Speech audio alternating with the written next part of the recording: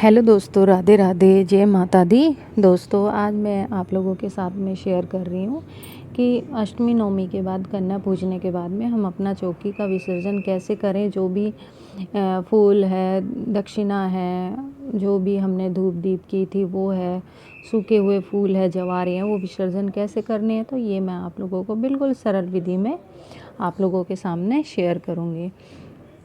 तो दोस्तों, जो हमारे श्रृंगार का सामान है, देखो, सबसे पहले उसको हम कुछ अपने आप धारण करेंगे और कुछ हम अपने आस पड़ोस में सुहागिनों को बांट देंगे।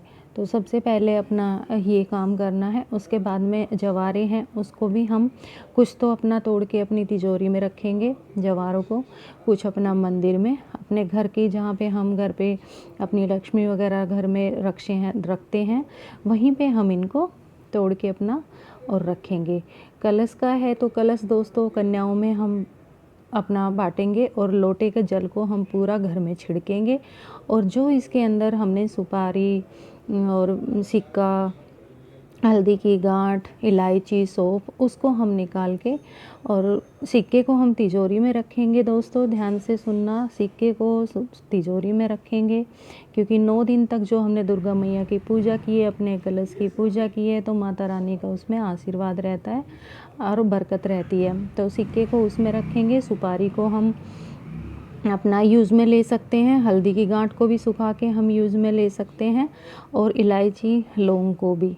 तो बाकी फूल वगैरह और जो भी हमने भोग चढ़ाया था उसका जो भी सामान होता है और जो अक्षत वगैरह हम चढ़ाते हैं, ये हम पक्षियों को डाल देंगे।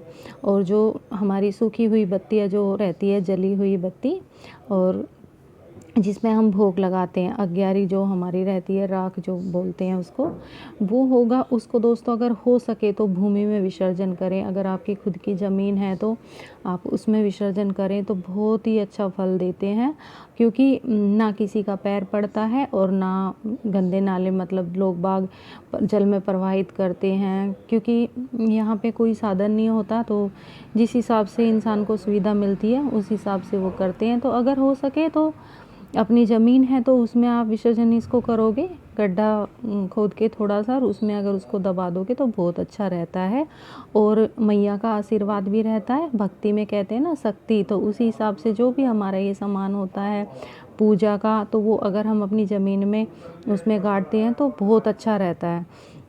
और दोस्तों, उसके आगे है कि माता रानी की चौकी, तो चौकी को भी हम थोड़ा सा हिला के, और फिर इसका जैसे सारा ये सामान मैंने बताया आपको, सारी चीज़ें हटाने के लिए, उसके बाद में हम चौकी को भी हटा सकते हैं। और जो दक्षिणा है वो हम कन्याओं को रूप में दे सकते हैं। तो बस एक ये सरल विधि है जो मैंने आप लोगों के साथ में शेयर की है कि कैसे हम अपना चौकी को, सामान का जो भी है, उसको विसर्जन करें। तो कैसी लगी आप लोगों को मेरी वीडियो, ज़रूर मेरे को कमेंट करना। जय माता दी दोस्तों।